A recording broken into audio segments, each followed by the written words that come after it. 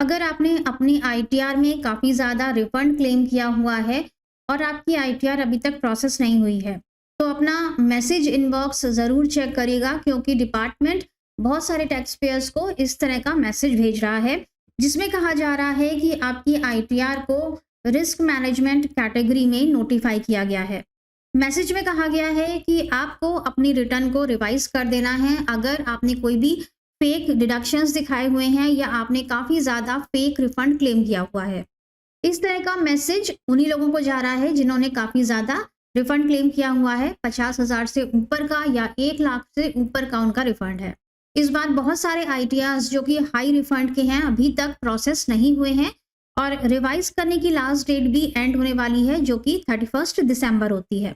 31 दिसंबर के बाद आप इस साल की आईटीआर को रिवाइज नहीं कर पाएंगे।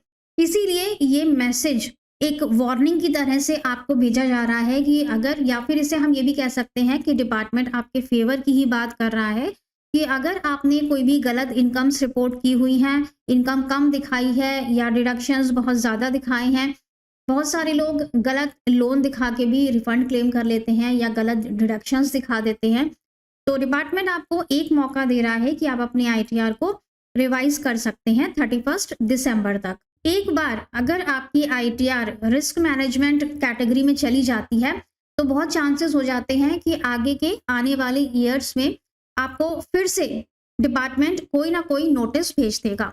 अगर आप इस मैसेज पर कोई भी एक्शन नहीं लेते हैं, आपने काफ़ी ज़्यादा डिडक्शंस, फेक डिडक्शंस क्लेम किए हुए हैं, तो आगे के ईयर्स में आपके पास नोटिस आ सकता है। और अगर फ्यूचर में आपके पास सेक्शन 133(6) का नोटिस आ जाता है, तो आपको अपनी अपडेटेड आईटीआर फाइल करके ये सारा रिफंड वापस करना पड़ता है। जैसा कि इस मैसेज में लिखा भी हुआ है कि अगर आपने 31 दिसंबर तक अपनी गलत आईटीआर को सही नहीं किया, तो फिर आप अपडेटेड रिटर्न फाइल कर सकते हैं 1 जनवरी से।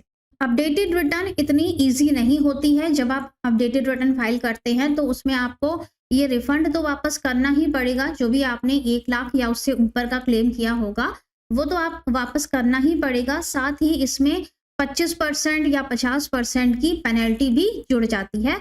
साथ ही इंटरेस्ट भी इसमें चार्ज किया जाता है, क्योंकि आपने इतने लंबे समय तक इस रिफंड को होल्ड करके रखा था, मतलब गलत ले लिया था। तो ये जो रिफंड का अमाउंट है आपका दुगना तिगना हो जाता है और उस समय आपको काफ़ी कष्ट होता है इसे वापस करने में।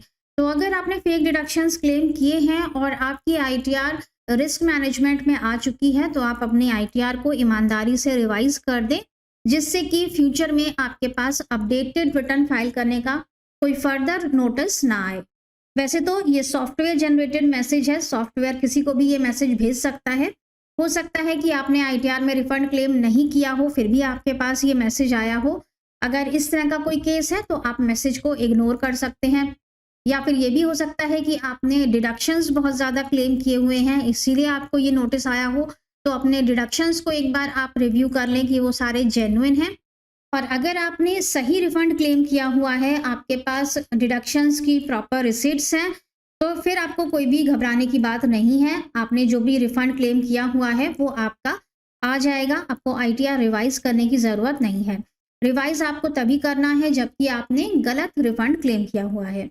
आईटीआर फाइलिंग के लिए अगर आप हमारी पेड सर्विसेज चाहते हैं या आप किसी नोटिस का रिप्लाई फाइल करवाना चाहते हैं, तो आप हमें व्हाट्सएप नंबर पर कॉन्टैक्ट कर सकते हैं।